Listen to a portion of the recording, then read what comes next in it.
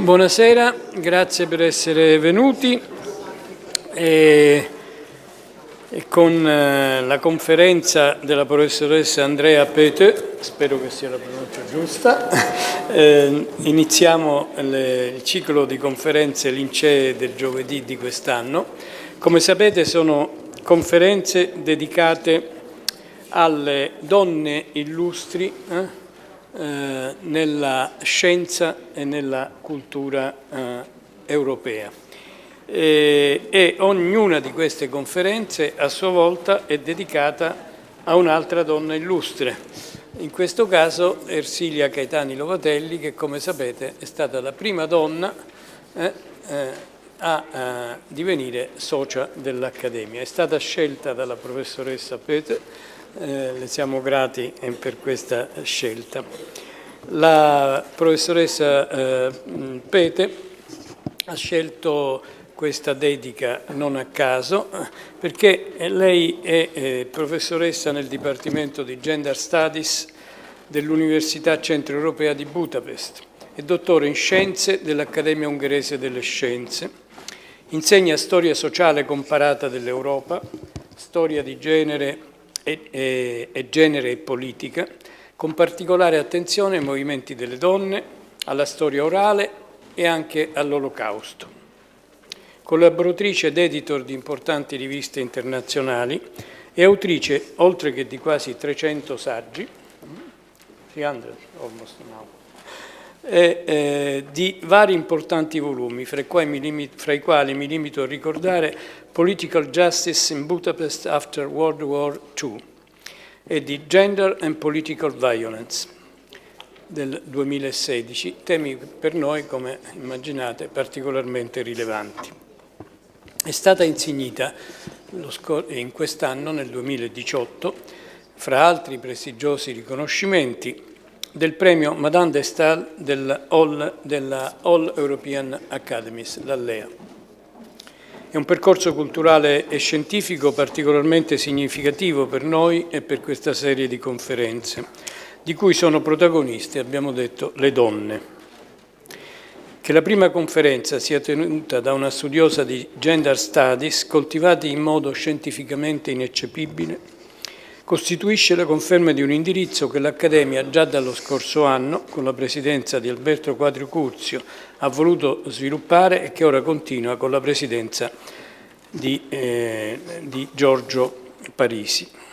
Ho potuto ricordare solo alcune tappe significative del suo prestigioso percorso scientifico e accademico, poiché altrimenti dovrei rubare a voi e alla professoressa Petö troppo tempo alla sua, e soprattutto alla sua conferenza, che riguarda il peso sempre crescente degli aspetti amministrativi nella ricerca e nell'insegnamento universitario, fino a determinare un carattere simile a quello delle aziende, al punto che ciò che insegniamo sembra non conti più nulla per la società moderna, come sentiremo. Nella storia, come nei casi di Giordano Bruno o di Spinoza, dice la professoressa, il lavoro scientifico è stato accompagnato da minacce quotidiane, che in talune parti dell'Europa sono divenute negli ultimi anni e mesi molto gravi e su cui la nostra Accademia è già intervenuta più volte. La domanda che si pone la professoressa Petö è come sia accaduto che il lavoro intellettuale e la ricerca scientifica siano divenute di nuovo un'occupazione soggetta a minacce, in cui si può anche rischiare la vita. La conferenza affronta in modo particolare le recenti minacce alla libertà accademica e all'insegnamento in Europa, proponendo che il mondo accademico si risvegli. E questo è un tema su cui già stiamo lavorando. Ne siamo quindi profondamente grati per aver scelto questo argomento per la conferenza. Prego.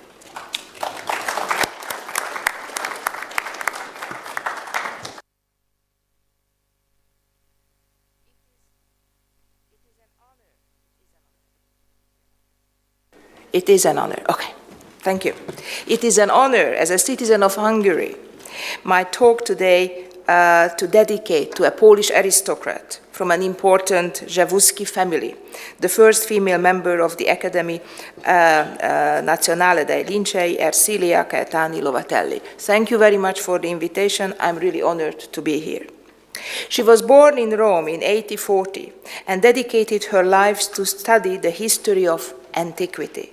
She also opened a salon in her own home, using alternative public sphere salon which attracted writers, composers such as Stendhal, Honoré de Balzac, Nikolai Gogol, and Franz Liszt, first of all. 3 of her books were published by the publisher of Lincei.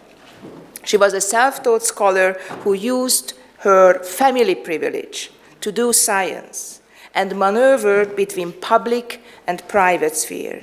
She was a brave and unconventional woman whose bravery and unconventionality we need to take as an example today in our dark times. When I received this honoring invitation, there were 2 major events happening in Hungary.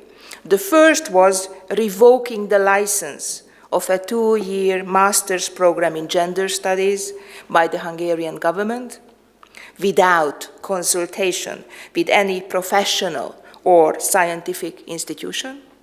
The other one is the end of a 2-year uncertainty that the first university in the European Union needs to move because of media harassment, legal uncertainty to another European Union country.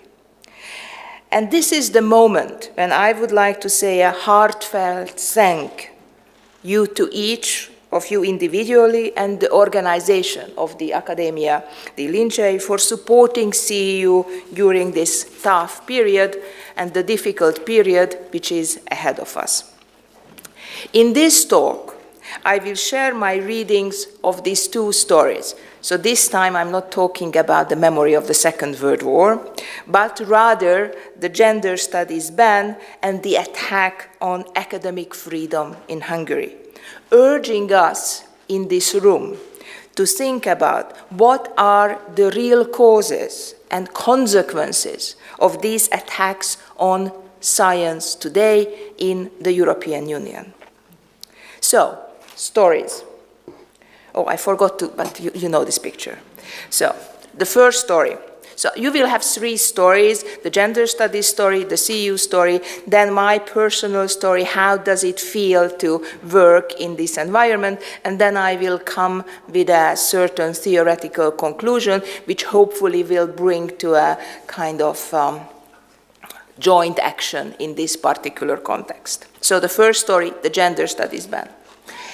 In early August 2018, when Budapest usually suffocates in heat wave, the most educational institutions are closed for holidays, members of the Hungarian Rectors' Conference received a seemingly innocent email from the Ministry of Human Capacities. That's how they call the Ministry of Culture, Ministry of Human Capacities, which includes this Secretariat of Education, asking them to comment on a draft decree by the evening of that day. The less than 24 hours deadline during vacation should have been enough to raise alarm bells. But the real issue was hidden in the title of this decree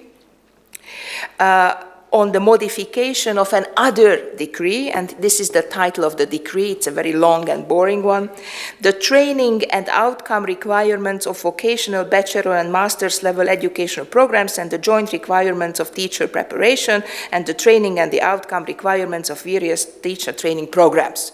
Punto. So this is a very boring title.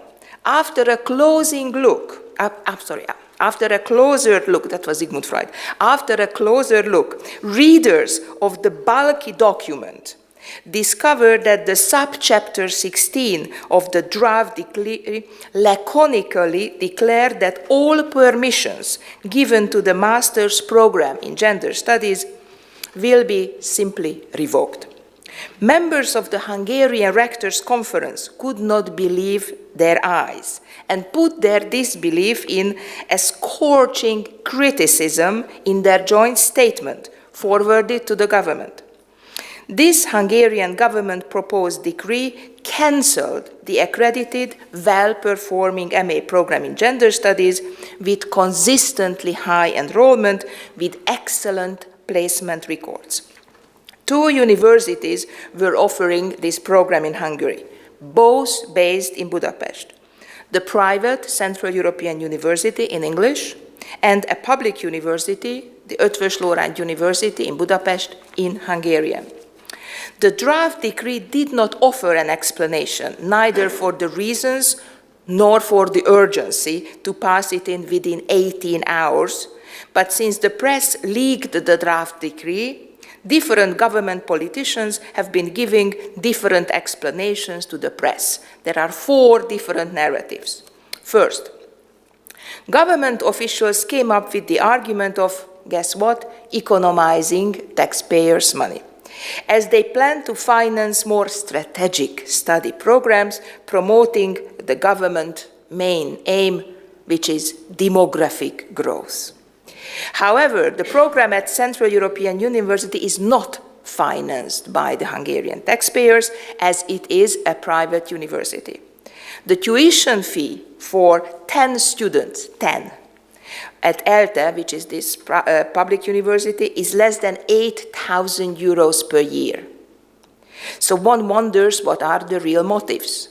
The second, the government came up with the argument, and I'm quoting somebody who should remain nameless, there is no need for these graduates in the labor market, end quote.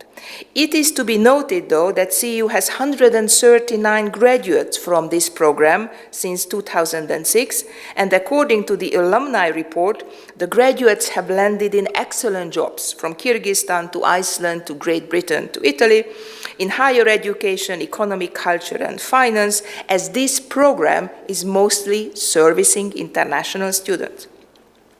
The first cohort, however, from the program at ELTE, the public university, had been launched in 2017, and the first graduates will graduate in July 2019, so no data is available about their future placement.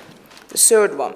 Then the argument went that gender studies doesn't fit into Christianity and Christian values. This happened exactly when a major Catholic higher education institution from the US, the University of Notre Dame, which also runs a successful gender studies program in their home campus, announced an educational program together with the Catholic University in Budapest, with a strong support, strong meaning financial support, from the government announced by the Minister of Foreign Affairs himself. Fourth, the next and the last argument from the authorities was the lack of students' interest in the course, claim made without any supporting data. At CEU, we have 22 places and more than 200 students apply, and the number of admitted students at ELTE is regulated by the government, not by the interest. At this point, the intensive public interest in gender studies education increased. Everybody had an opinion what the learning outcome should be, and it was clear that the stakes are high as the freedom of education and academia are at risk. Leslie Wilson, who is the Secretary General of the European University Association, argued, and here you see the quote, I'm not reading this up, I just would like to emphasize the similarity, the last sentence. In terms of undermining academic freedom, we have similar things in Turkey and Russia. But this is the first time that such a broad and fundamental attack has happened within the European Union. The brainstorming stopped. On the 1st of September, the Hungarian Accreditation Committee issued a statement that it hadn't participated in preparing the draft of the government proposal to revoke the license of the master's program in gender studies. The Accreditation Committee stated it does not endorse the professional and academic arguments used to justify the proposed revoking of the license. So the government appears to be the only institutional actor responsible for proposing a strongly ideological and political intervention in shaping an academic study program. This is a violation of freedom of education and professional standards. Never before has a government of a European Union member state sought to legislate the curriculum of universities without consulting the appropriate university institution. It also sets a dangerous precedent for state intervention.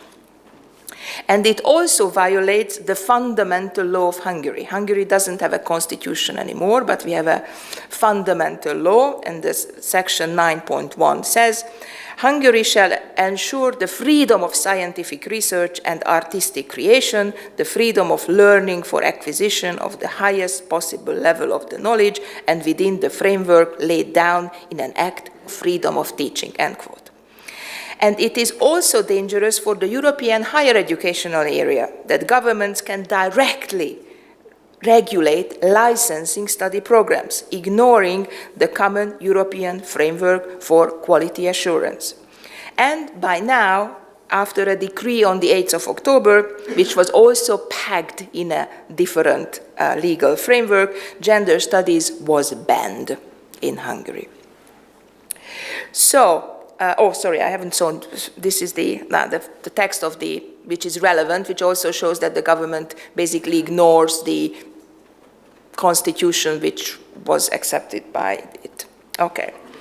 So, then let's see the CEU story. How is it possible, right, that a university has to go to exile, into intellectual asylum, into another place? In the 1980s, when I was in my early 20s, living and studying in communist Hungary, there was a blue-white pin which was cool to wear. This was the pin of the Danube Circle, an independent oppositional circle founded in 1984 to fight against the planned dam on the river Danube. Wearing this pin was not without political risks in the 1980s, but it was definitely cool. When I saw a colleague wearing it in a coffee shop of the university, I immediately asked him where he got it, while posing the question, trying not to look very suspicious, as I was sure the secret police also wanted to get this piece of information. History repeats itself in a strange way. In April 2017, the Hungarian government passed with extraordinary speed, in this case that was 1 week, the Lex CEU, which makes impossible for Central European University to operate in Hungary. The amendment to the higher educational law requires, besides other clauses, that curriculum, hiring faculty and staff, and recruitment students are regulated directly by the Hungarian and the US governments. The changes impose political control over the success institution of the European higher educational institution.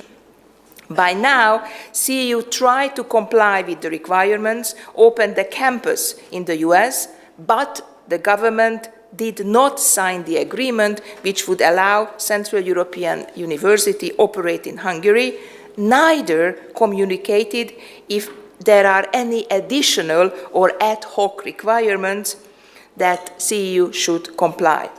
So CEU is moving to Vienna in autumn 2019. CEU was founded in 1991 to fight for freedom and to stand against such policing of ideas. I am the proud fourth employee of this university, so I'm with this institution for more than 27 years. From the minute the proposal became public on the 28th of March 2017, resistance started.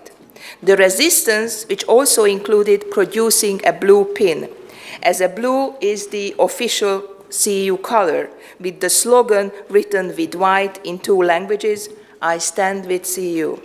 The story of this pin very much resembles to the story of the pin of my political socialization in my early years in the 1980s. First, it is cool now to wear this pin. People are shouting at you with smile from the other side of the street, repeating, "Free country, free university," or "I stand with CEU." Or they are just asking you openly, even on the street, where they could also get that pin. Luckily, this is not a classified information at the moment, as the receptionist of the newly renovated campus of Central European University in Budapest hands out these pins, and each person is eligible for 2 pins. Don't ask me why not 1, why 3, but 2. Till the end of April 2017, more than 10,000 pins were handed out there. Second, in spite of the overwhelming support, it is not necessarily safe to wear this pin in public. One of our graduates was recently hit in a bar, and the pin he was wearing was being torn off from his sweater. Another student, while standing in the subway, had to recognize with astonishment that an elderly man took a pencil out and started to rewrite the pin he was wearing on his chest. These stories prove that the fight for freedom is a continuous fight. Freedom was the most important guiding principle of Central European University's founders in 1991, Václav Havel, Geremek, and the Hungarian founders Péter Hanák, Miklós Vásárhelyi, György Litván, to name some of those who are no longer with us. These founders have personally experienced direct political control and policing of their ideas. The same freedom of thought is now at stake with the new higher education law, which is actually forcing CEU to go to exile. As in the case of the Danube Circle, international support and contacts proved to be crucial to stop the construction of that dam on the river Danube. It is crucial now in case of CEU. It is enough to look at our own alumni in the 117 countries where CEU students came from to study in Budapest, or the hundreds of international letters of support we have received, to see that the whole world is watching, helping and supporting the resistance. From Pécs to Szeged, from Cambridge to Cluj or Singapore, our graduates are sending letters and organize protests together with major academic professional organizations, while receiving support from politicians in a bipartisan way. Several important conservative intellectuals and public academics expressed their solidarity with Central European University, like the Hungarian Academia of Sciences in 2017. However, now, in 2018, after the sweeping electoral victory of Fidesz, Hungarian Academy of Sciences has also become a target of the government policies. They are transforming it following the Russian model. Not long after that the master's program in gender studies was banned, in 2006 was deleted without any explanation or procedure from the study programs, as I explained before. CEU mission statement declares its basic principles are the principles of open society. The Hungarian government communicated that these values are dividing Hungary or other nations of Europe along party lines. They are wrong. It is clear that the universal value of liberty and democracy are at stake.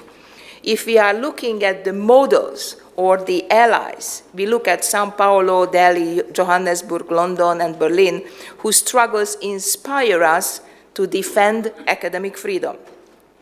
CEU wants to become free, successful, and open to the world. And this is the struggle that must be connected with solidarity and social justice. In 1989, we had a common dream. The founders, like myself, politicians, including the Prime Minister Orban, had a common dream back then. This dream was we build a free and successful country where no party apparatchiks but academics decide who can study at a university and which institution can call itself a university. A country where you do not need to wear a pin, but if you choose to do so, you cannot meet violence or anger on the streets.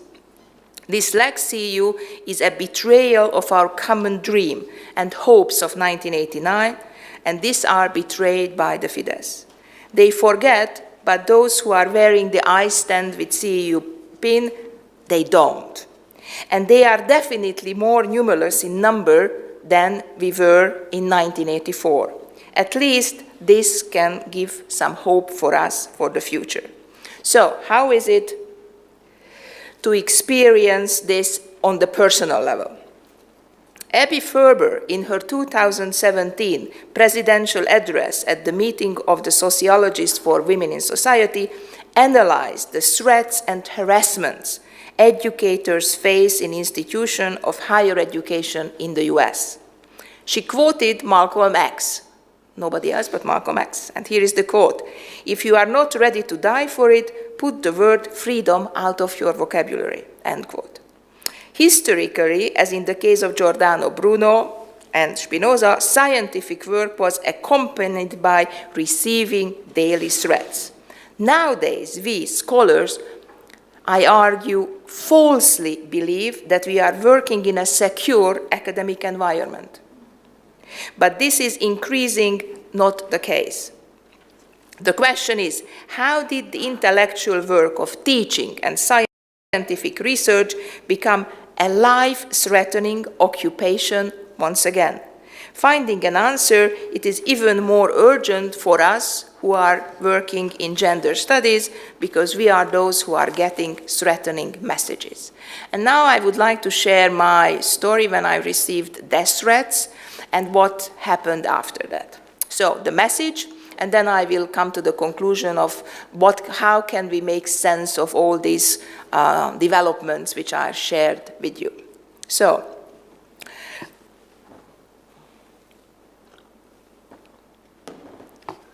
the threatening message. Accademia.edu is a platform for researchers to share their work with those who do not have access to a rich library with scholarly books and periodicals. It makes works visible, especially ones that are otherwise not indexed by databases, such as chapters in edited books. It is not known for its messaging function, which I did not know existed until the 2nd of March 2017, when I received a threatening message from a pseudonymous user. Besides allusions to the devil and various curses, the message also foresaw the eradication of my race. I got alarmed. At this time, the global anti-gender attack was already in full swing. In the Hungarian media, online, and attacks had been already intensifying, especially when the ELTE, the State University, started the first ever state-financed gender studies program in Hungarian. All at once, everyone in the parliament, in the press, and online had an opinion about what gender studies is about, what we teach, who we are, what should be the requirements for the admissions, what are the learning deliverables. Everything had been discussed. It was a very tense period. Before the message on the Accademia.edu, I never received threatening emails, but what Ferber aptly termed public targeted online harassment, that's her term, public targeted online harassment, has been a part of my everyday life since I began publishing open ads. If commenting is allowed, then usually the second statement is an anti-Semitic slur. My journalist acquaintances suggested that I should stop reading comments, adding that they never read them either. I took their advice and established an illusion that the internet and the reality are two different spheres, and whatever happens in the virtual space has no real impact on me. That is, until someone registered on the academia.edu, then downloaded my article on history of abortion regulation in Hungary, and then left a Satanist verse behind. I have to be honest, I started to panic. I wrote to CEU Pro-Rector of Hungarian Affairs, who immediately called me and advised me to go to the police. Soon after, the university lawyer called me, followed by the university's vice president for administration, both asking how they could help. They immediately offered a bodyguard, which I thought a little bit exaggeration. It meant a lot that my workplace stood by my side. I told them I wasn't sure whether the sender was a lonely, somehow I thought, man, guided by sheer anger, someone who doesn't have to be taken seriously, or whether this was a serious threat not to be taken lightly. Therefore, following the institutional advice, I went to the Budapest 13th District Police Department, where after an hour and a half of waiting, an exhausted and bored policewoman drew up my statement. She asked me very professionally to let them know if there are any developments and to email them if any evidence occurred. The overworked and unpaid police had 30 working days to investigate the case, which would require immediate action to decide if a life is in danger.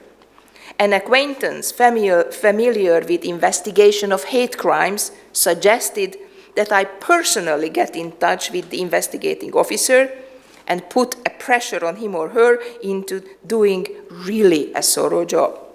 My difficulties began soon after giving my statement. Although I was able to figure out the name of the investigating officer charged with my case, finding her was really challenging. Each time I called, she was out for lunch or for training, or she had a day off.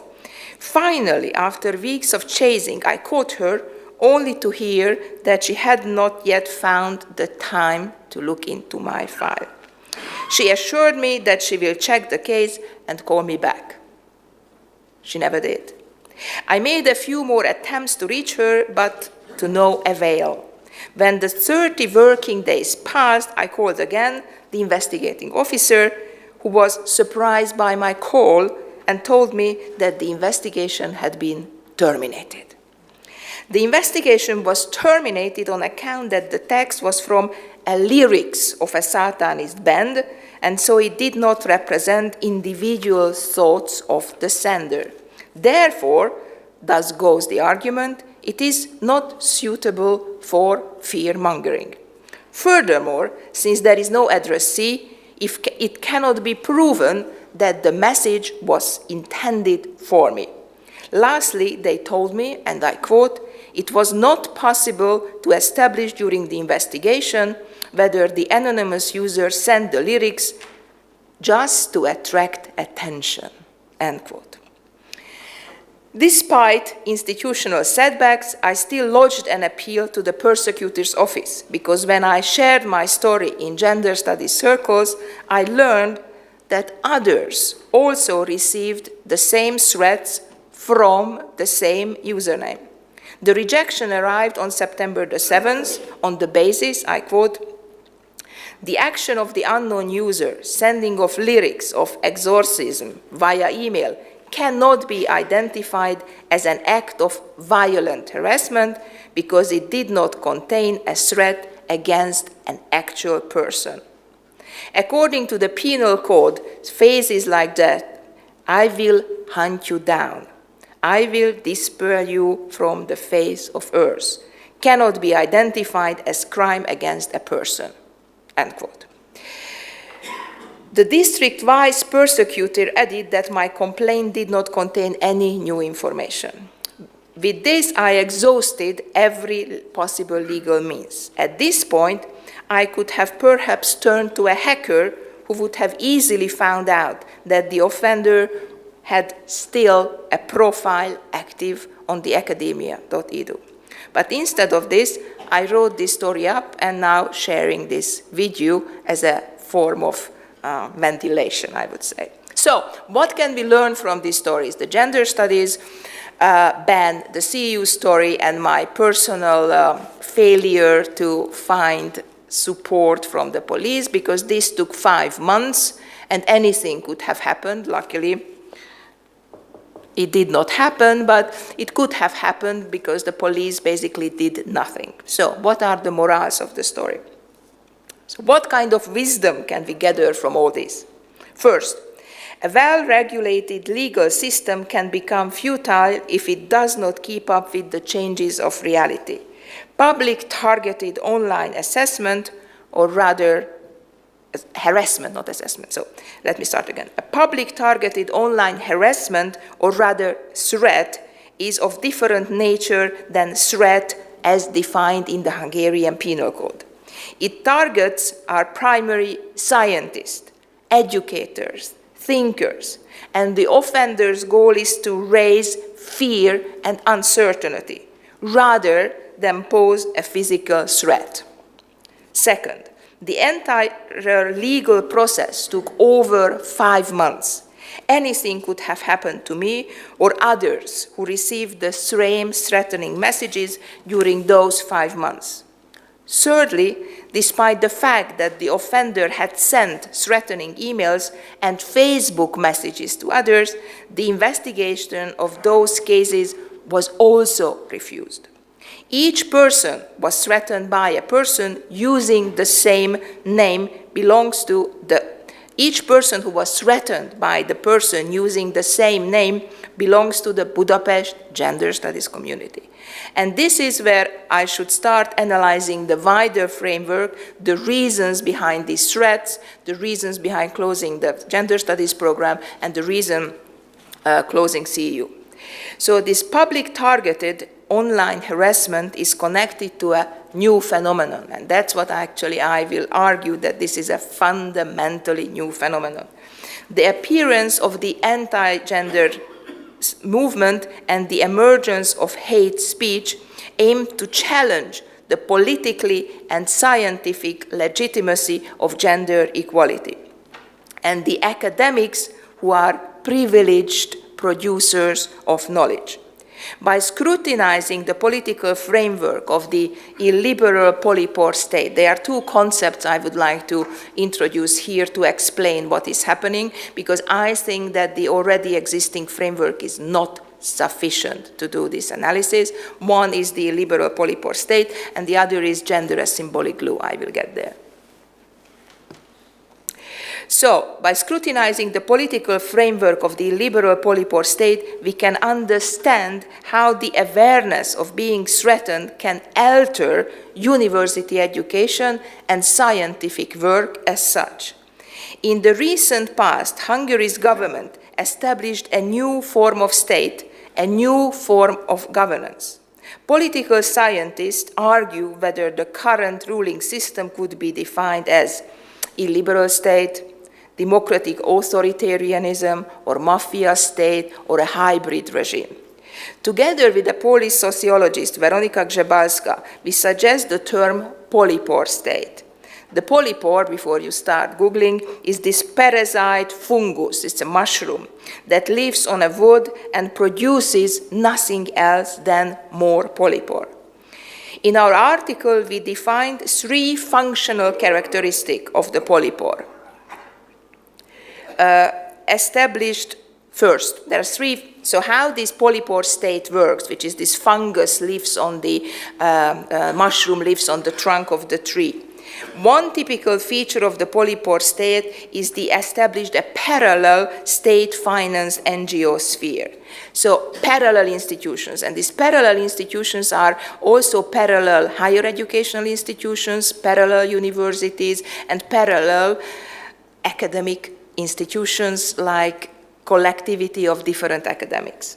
The second is familialism, replacing the gender politics with family politics, based on which the state's social policies exclusively support families, meaning heterosexual married couples. The third characteristic, and that's the most relevant for us now, is it uses security discourse. Everything is securitized. The Hungarian government regularly presents policy-related questions as security issues. According to their rhetoric, a vigilant government defeats the threats of the European Union, United Nations, the migrants, gender studies professionals, academics, George Soros, and so on. These characteristics are missing or hardly represented in traditional political analysis, and that's why it's so important to underline these three functions. The security discourse, and that connects the three stories, are also affected narratives concerning science policies.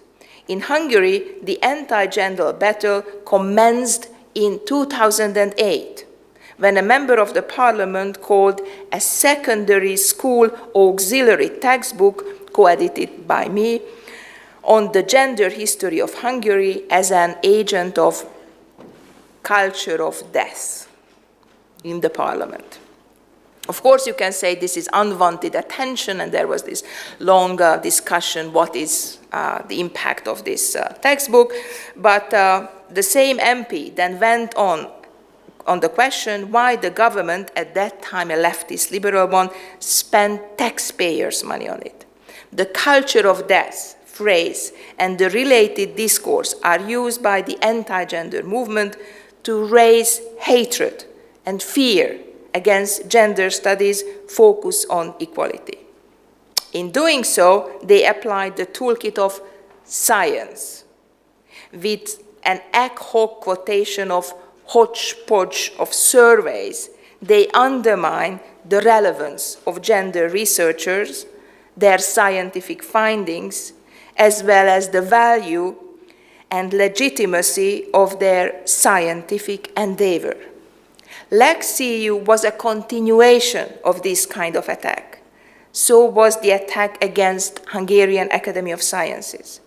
These attacks culminated in this infamous bill erasing gender studies from the list of state-accredited study programs. The anti-gender movement is not merely another offshoot of centuries of anti-feminism.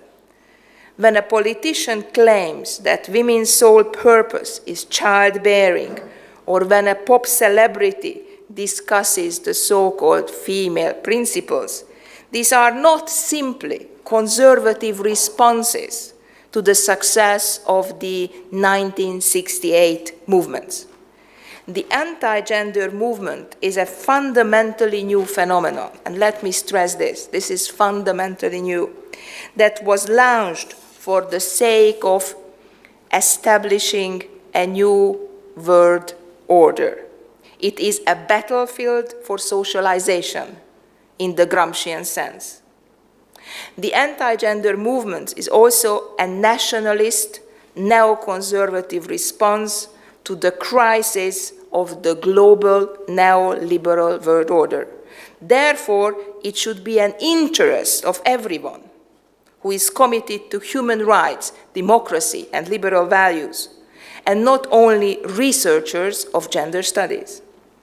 The anti-gender movement attacks liberalism, therefore democracy.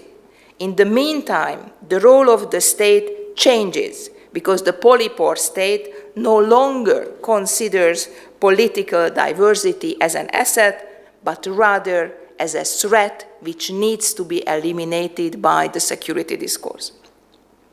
The anti-gender movement applies scientific-looking arguments to support its ideological move, and that's where it's so important for academics to understand this. The way it goes about making these arguments is what it makes into a mock science. It is saturated with hatred. And this is the hatred that emanated from the message to my academia.edu page. The public targeted online harassment is dangerous, not only because it is in harmony with how the polypore state functions, and because it draws attention and energy away from really important matters. It is also dangerous because it attempts to dismantle the notion that research and education are public goods and human rights. Because of this, institutional system should protect educators and researchers, as they are exercising their human rights to science, to do science while creating public good. Historical analogies are always misleading. The fact that it's not similar that the Charles University in Prague, 1938, the Warsaw University in 1939, and Oslo University in 1943 were closed by the Nazis cannot be used for a comparison with Central European University. Rather, I argue that the move of the European Humanities University, the EHU, from Minsk, Belarus, to Vilnius during the Lukashenko regime is something similar. It purged the Western-oriented intellectuals from his impoverished and isolated country. And this is a similar situation with Hungary. Hungary is recently called as a laboratory by Prime Minister Orbán in his speech in London, as the trends in Hungary might be useful for other European countries, as a successful political strategy to win elections, promising safety, feelings, and belonging. And we see this in Macedonia, in Slovenia, and also in Poland, that this is a transnational attempt to set up a new global order. The question is, for the upcoming European parliamentary elections, will be if this dangerous precedent will be instrumentalized to create the majority for populist forces, or it will mobilize voters to protect liberal democratic values. It is not surprising that gender studies was targeted by the Hungarian government, as gender serves as symbolic glue.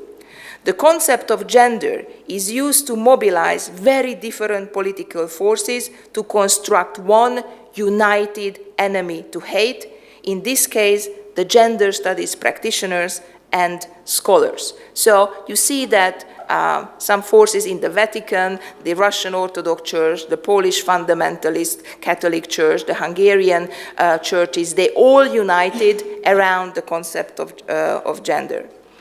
It also became a central rhetorical tool of those efforts that try to determine for the wider audience what a pure reason should mean, and thereby try to create a new consensus of what should be seen as normal and legitimate.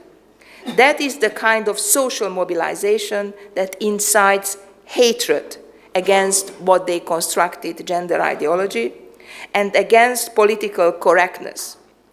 And it is not only demonizing the worldviews of its opponents and rejecting human rights paradigm that has for a long time been a relative consensus in Europe and North America, but, and that's a major point, it also provides an alternative that is realistic and seems acceptable to many people, as it is focusing on family, nation, religious values, and freedom of speech. And they also produce an alternative to the scientific discourse as such, creating alternative scientific institutions, these polypore academic institutions, polypore higher educational institutions. My institution did its part when I received a threatening message on my academia.edu page. The transformative history of Sovietization in Eastern Europe should make us particularly aware of the stakes involved in scientific research. It is truly a matter of life and death. Just follow the life story of those academics who were ousted after 1945 from the different academics in Eastern Europe. Some of them went to exile.